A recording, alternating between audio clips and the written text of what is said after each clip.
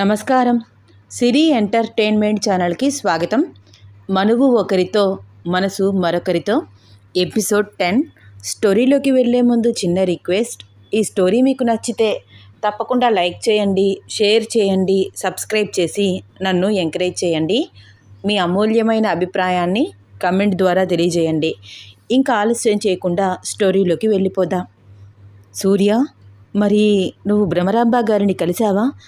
ఆవిడ ఎలాంటి పరిస్థితుల్లో ఉన్నారు? అడిగాడు సుబ్రహ్మణ్యం. కలిశాన్రా. ఒకరోజు శంకరన్ని మా ఇంటికి ఇన్వైట్ చేశాను. ఇంద్రభవనంలాగా ఉండే మా ఇల్లు మొత్తం చూడటమే సరిపోయింది వాడికి.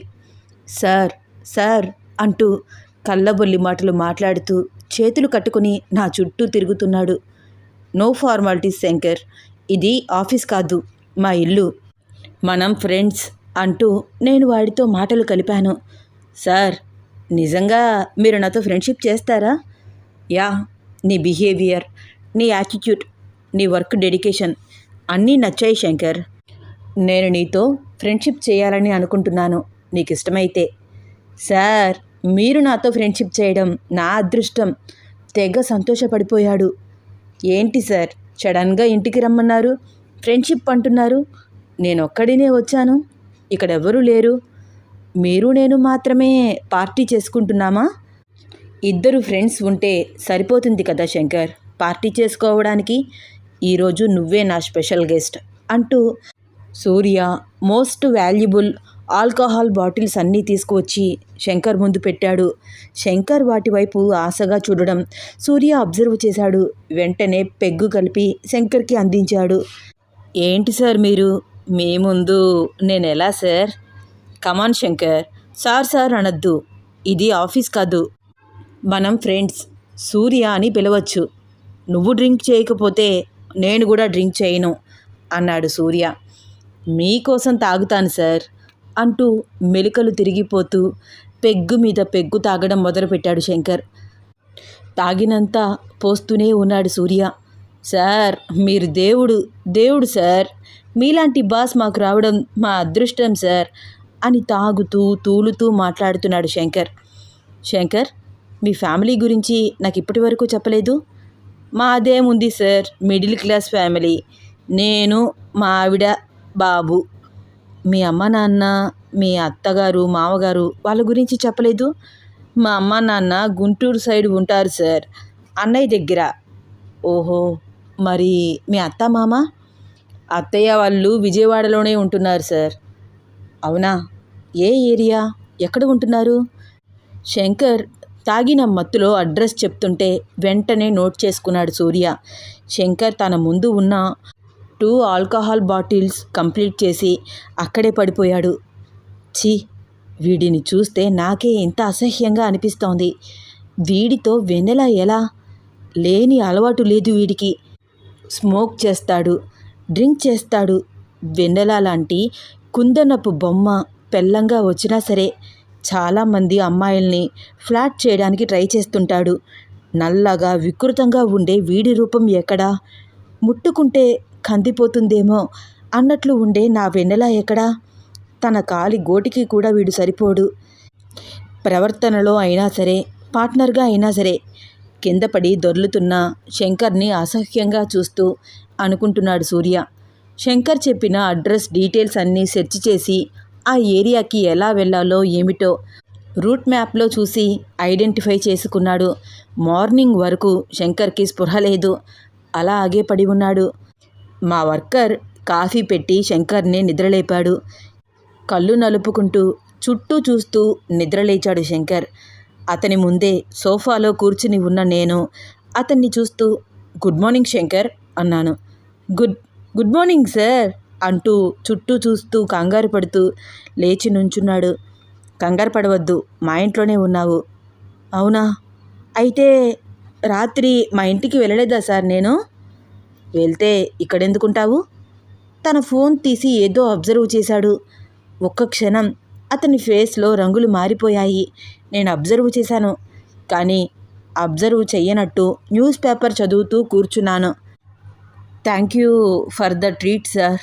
ఒక్క క్షణం తర్వాత అదోలాగా నవ్వుతూ అన్నాడు శంకర్. ఇట్స్ ఓకే శంకర్, ఇంకా అలాంటి బాటిల్స్ కావాలంటే చెప్పు, ఇస్తాను. అయ్యో, ఎంత మాట సార్, ఇంతకీ దాని కాస్ట్ ఎంత ఉంటుంది సార్? తడబడుతూ ఖాళీ అయిన బాటిల్ వైపు యగాదిగా చూస్తూ అడుగుతున్నాడు. Just 1 bottle 25,000. హా, ఏంటి సార్? యా, 25,000. అంత కాస్ట్లీ ఆల్కహాల్ నాకిచ్చారా? చెప్పాను కదా శంకర్, నువ్వు నా ఫ్రెండ్. మీరు నా ఫ్రెండ్ అవ్వడం నా అదృష్టం సార్. బాయ్ సార్ అంటూ అక్కడి నుంచి వెళ్ళిపోయాడు. బాయ్ శంకర్ అంటూ నేను న్యూస్ పేపర్ చదువుతున్నట్లు అతన్నే అబ్జర్వ్ చేస్తున్నాను. అతను కాస్త దూరం వెళ్ళగానే నార్మల్ ఆటో పట్టుకుని వాడి వెనకాలే ఫాలో అయ్యాను. వెన్నెల ఇంటికి కాస్త దూరంలో నుంచుని వాడిని అబ్జర్వ్ చేస్తున్నాను. వాడు అలా ఇంట్లోకి వెళ్ళాడో లేదో పెద్ద పెద్ద సౌండ్స్. కంగారుగా అనిపించింది నాకు. చిన్నగా వాళ్ళ ఇంటి లోపల లొకేషన్ కనిపించేలాగా అటువైపు వెళ్ళి చూశాను. చెప్పవే, చెప్పు, రాత్రంతా ఏం చేశావు? తలుపులు బార్లా తీసిపెట్టావేమిటి? ఏడివాడు? నీ బాయ్ ఫ్రెండ్ ఎక్కడున్నాడు? వెళ్ళిపోయాడా? రాత్రంతా ఇద్దరు బాగా మజా చేశారా అని వెన్నెల జుట్టు పట్టుకుని బరబరా లాగుతున్నాడు. ఆ దృశ్యం చూసి నాకు రక్తం మరిగిపోతోంది. వాడిని అక్కడికక్కడే చంపాలని అనిపిస్తోంది. నా కోపాన్ని కంట్రోల్ చేసుకుంటూ వాడిని అబ్జర్వ్ చేస్తున్నాను. వదులు వదులు! వెన్నెల ఏడుస్తూ తన జుట్టు విడిపించుకోవడానికి ప్రయత్నిస్తుంది.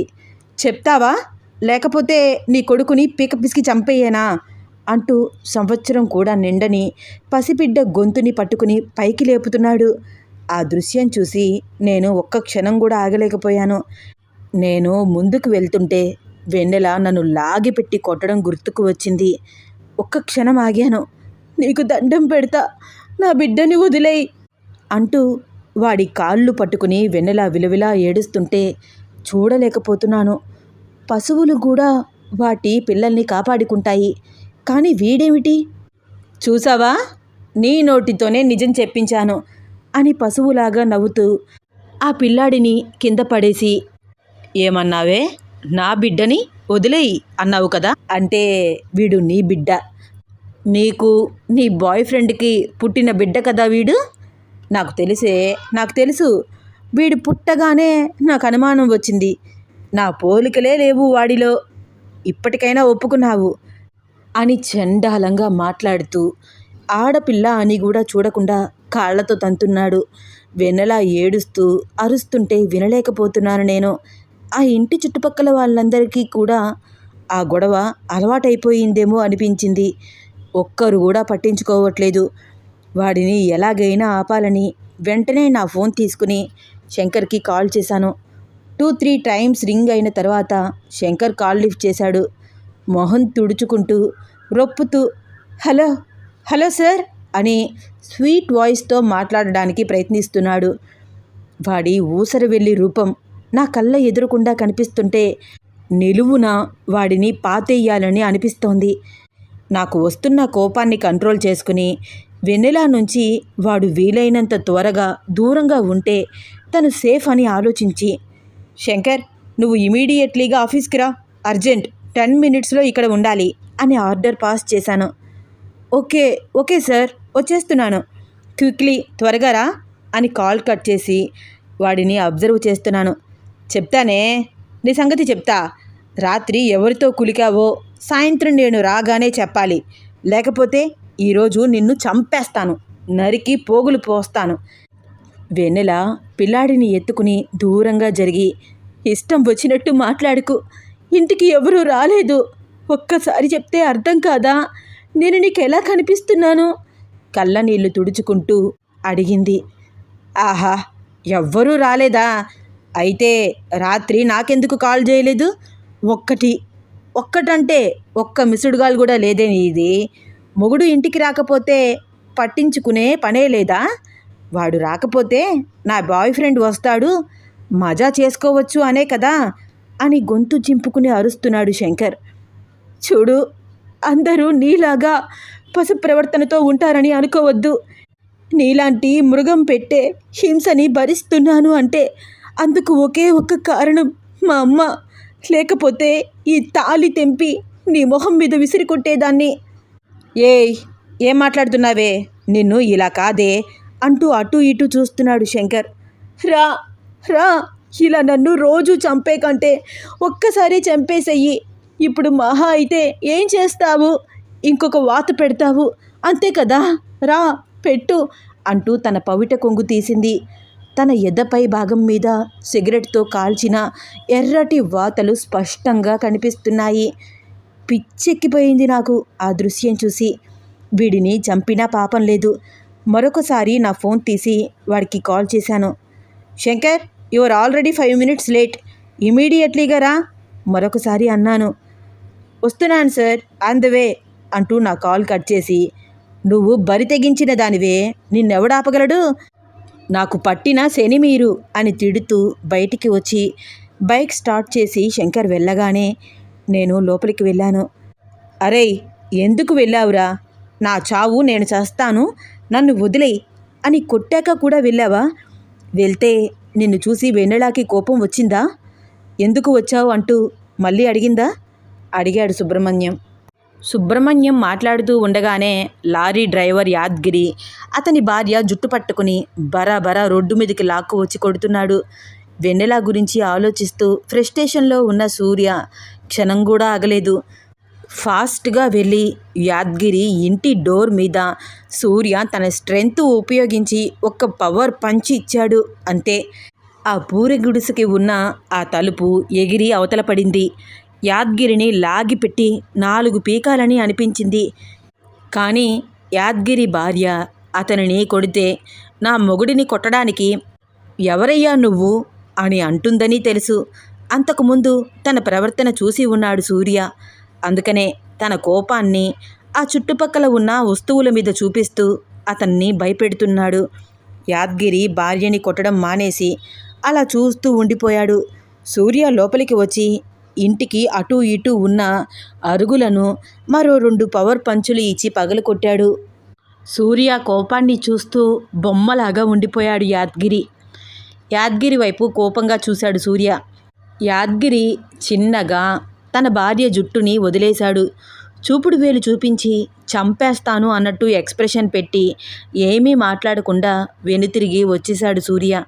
ప్రతిరోజు కుక్కని కొట్టినట్టు కొట్టే యాద్గిరి ఆ రోజు భార్యని కొట్టకుండానే లోపలికి వెళ్ళిపోయాడు. యాద్గిరి భార్య సూర్య వైపు కృతజ్ఞతగా చూస్తూ దండం పెట్టింది. సుబ్రహ్మణ్యానికి ఈ గొడవంతా చూసి గొంతు ఆరిపోయింది. ఇద్దరూ కలిసి వెనక్కి తిరిగి వస్తూ ఉండగా, ఒరేయ్, నీకెందుకురా వాళ్ళ గొడవ, వాళ్ళ మధ్యలోకి ఎందుకు వెళ్ళావు అన్నాడు. నువ్వు మనిషివేనారా?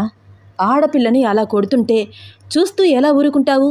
పాపం రా లక్ష్మి, అమాయకురాలు. వాడు అంత దౌర్జన్యంగా ప్రవర్తిస్తున్నా భర్త ఎలాంటి వాడైనా ఏం చేసినా అతనితోనే ఉండాలి అన్న ఆలోచనలో ఉన్న అమాయకురాలు. సర్లే, తన గురించి వదిలే. వెన్నెల, ఆ రోజు నువ్వు ఇంట్లోకి వెళ్తే ఏమీ అనలేదా? ఆ క్షణం నేను వెన్నెల దగ్గరికి వెళ్లకుండా ఉంటే నాలో అస్సలు మానవత్వం లేనట్లే. నేనే కాదు, అక్కడ ఎవరు ఉన్నా వెన్నెల దగ్గరికి వెళ్తారు. సరే, ఆ తర్వాత ఏమైంది? నేను చాలా కంగారుగా లోపలికి వెళ్ళాను. అప్పటికే బాబు స్పృహ లేకుండా పడి ఉన్నాడు. వాడిని చేతుల్లో ఊపుతూ అరుస్తోంది వెన్నెల. బుజ్జి, బుజ్జి లేవురా అని తెగ ఏడుస్తోంది. వెన్నెల, భయపడకు అంటూ బాబుని ఎత్తుకుని స్పృహ లేకుండా ఉన్న ఆ చిన్న పిల్లాడి పల్స్ చెక్ చేసి శ్వాస అందించాను. కాసేపటికి చిన్నగా ఆ పిల్లాడిలో కదలిక. వెన్నెల కళ్ళల్లో ఆనందం. బాబు అంటూ వాడిని ఎత్తుకుని ఎన్ని ముద్దులు పెట్టిందో. నా కళ్ళల్లో నీళ్లు తిరిగాయి వాళ్ళిద్దరినీ చూస్తే. సూర్య, నీకెన్ని థ్యాంక్స్లు చెప్పినా తక్కువే. నా చీకటి జీవితంలో చిన్న వెలుగు వీడు. నువ్వు లేకపోతే ఈరోజు అంటూ నాకు 2 చేతులు ఎత్తి దండం పెట్టింది. ప్లీజ్ వెన్నెల, అలా అనకు. రా సూర్య, రా కూర్చో అంటూ నన్ను కూర్చోమంది. గబగబా వంటింట్లోకి వెళ్ళి కాఫీ పెట్టి తీసుకువచ్చింది. నాకు చెప్పలేనంత ఆశ్చర్యం. వెన్నెలాకి స్టవ్ వెలిగించడం కూడా వచ్చేది కాదు ఒకప్పుడు. ఇప్పుడు బ్రహ్మాండంగా కాఫీ పెట్టింది. ఇప్పుడెందుకు వెన్నెల? అలా అనకు సూర్య, ప్లీజ్ నా కోసం అంటూ తను అంటుంటే చెప్పలేనంత ఆశ్చర్యం నాకు. ముందు రోజు తనే ఇంకెప్పుడు నాకు కనిపించకు, నా చావు నేను చస్తాను అన్న వెన్నెల ఇప్పుడు ఇలా. ఒక్క నిమిషం సైలెంట్గా ఉండిపోయాను. వెన్నెల, ఇప్పటికైనా నా మాట విను. మీ అమ్మగారికి ఏమీ కాకుండా నేను చూసుకుంటాను. I promise you. నువ్వు ఈ నరకం నుంచి బయటికి రా. హాయిగా సుఖంగా నీ జీవితం నువ్వు బ్రతుకు. ఇలా రోజు చస్తూ బ్రతికే కంటే వాడిని వదిలేయడం బెటర్. సూర్య, చెప్పడం చాలా ఈజీ, చెయ్యడం చాలా కష్టం. నా పెళ్ళి అయ్యి 3 ఏళ్ళు అవుతోంది. ఇప్పటికీ మా అమ్మని నేను ఒక్కసారి కూడా చూడలేదు అంటే నువ్వు నమ్ముతావా? ఎప్పుడో 15 డేస్కి ఒక్కసారి తన చేత మాట్లాడిస్తారు. అది కూడా 5 నిమిషాలు. తన మాట విని తను బ్రతికే ఉంది అని తెలుసుకుంటుంటాను. అట్లీస్ట్ తను ఎక్కడ ఉందో కూడా తెలియదు. తనని ఎలా కాపాడగలము? అయినా నా జీవితం మీద నాకిప్పుడు పెద్దగా ఆశలు లేవు. ఇదిగో వీడే నా ఆశాకిరణం. వీడిని బాగా చదివించాలి. ఇది చాలు నా జీవితానికి. తన మాటలు వింటుంటే చెప్పలేనంత ఆశ్చర్యం. సూర్య, నేను నా జీవితంలో గొప్ప స్టేజ్కి చేరుకోవాలి. అందరిలో ఒకరిగా ఉండకూడదు. నాకంటూ ఒక గుర్తింపు ఉండాలి. ఆడపిల్ల ఏం చేయగలదు అని తక్కువ అంచనా వేసిన ప్రతి ఒక్కరికి నా జీవితం సమాధానంగా ఉండాలి. నేను ఇంకొక 10 మంది ఆడపిల్లలకి ఆదర్శంగా ఉండాలి. వెన్నెల మాటలు ఇలా ఉండేవి. కానీ ఇప్పుడు ఇంత నిస్సహాయత, ఇంత నిస్సత్తువ, ఇంత ఈజీగా తన ఓటమిని ఎలా ఒప్పుకుంది? ప్లీజ్ వెన్నెల, నేను నిన్ను ఇలా చూడలేకపోతున్నాను. నాతో వచ్చేసేయ్. నేను నిన్ను మహారాణిలాగా చూసుకుంటాను. బాబుని బాగా చదివిస్తాను. మీ ఇద్దరిని నా ప్రాణంగా చూసుకుంటా. ఆంటీకి ఏమీ కాదు. ఆవిడని కూడా తీసుకువెళ్ళిపోదాం ప్లీజ్ అంటూ వెన్నెల చేతులు పట్టుకున్నాను. సూర్య, ఇలాంటి మాటలు వినడానికి బాగుంటాయి సూర్య, కానీ ఆచరణలో అంత కరెక్ట్గా ఉండవు. నాకు పెళ్ళయింది, పిల్లాడు ఉన్నాడు. నువ్వు నన్ను మీ ఇంటికి తీసుకువెళ్ళి ఏమని చెప్తావు? పెళ్ళి కాకముందు మీ ఇంటి ముందు ఏడుస్తూ నుంచుంటేనే నాకు ఏ న్యాయమూ జరగలేదు. ఇప్పుడు జరుగుతుంది అన్న నమ్మకమూ లేదు. అయినా మన మధ్య ఏ రిలేషన్ మిగిలుందని నువ్వు నాకు హెల్ప్ చేయడానికి? అప్పటి పరిస్థితులు వేరు వెన్నెల. మన మధ్య రిలేషన్ కావాలి అంటే ఇప్పుడే నేను నిన్ను పెళ్లి చేసుకుంటాను. అమ్మా నాన్నకి నేను సమాధానం చెప్తాను. ప్లీజ్ నాతో వచ్చేసేయ్. కన్నీళ్లతో అడిగాను నేను. తన హృదయం కొంచెం కూడా కరగలేదు. సూర్య, ప్లీజ్ నన్ను వదిలేయ్. నువ్వు చెప్పేవన్నీ జరుగుతాయని నాకు నమ్మకం లేదు. ఇప్పుడు నిన్ను నమ్మి గడప దాటి నీతో వచ్చేస్తే మీ అమ్మా నాన్న నన్ను యాక్సెప్ట్ చేయరు. నడి రోడ్డు మీద ఈ పిల్లాడితో నుంచోలేను. తిరిగి నేను నా ఇంటికి వద్దామన్నా నా స్టాడిస్టు మొగుడు నన్ను రానివ్వడు.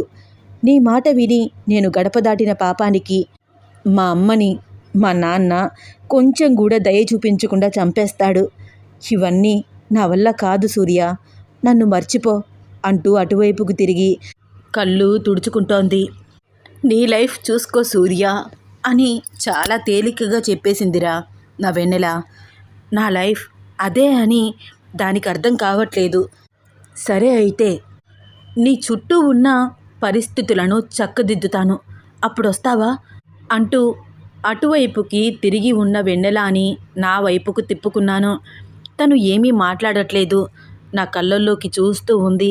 తన కళ్ళల్లో నుంచి కన్నీటి ధార.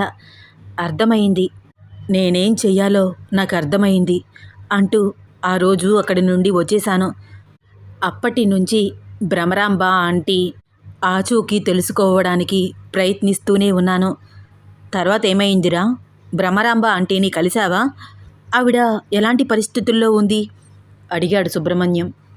ఈ స్టోరీలో నెక్స్ట్ ఏం అవుతుందో తెలుసుకోవాలని ఉందా? అయితే వచ్చే ఎపిసోడ్ కోసం వెయిట్ చేస్తూ ఉండండి. ఈ స్టోరీ మీకు నచ్చితే తప్పకుండా లైక్ చేయండి, షేర్ చేయండి, సబ్స్క్రైబ్ చేసి నన్ను ఎంకరేజ్ చేయండి. మీ అమూల్యమైన అభిప్రాయాన్ని కమెంట్ ద్వారా తెలియజేయండి. ధన్యవాదాలు.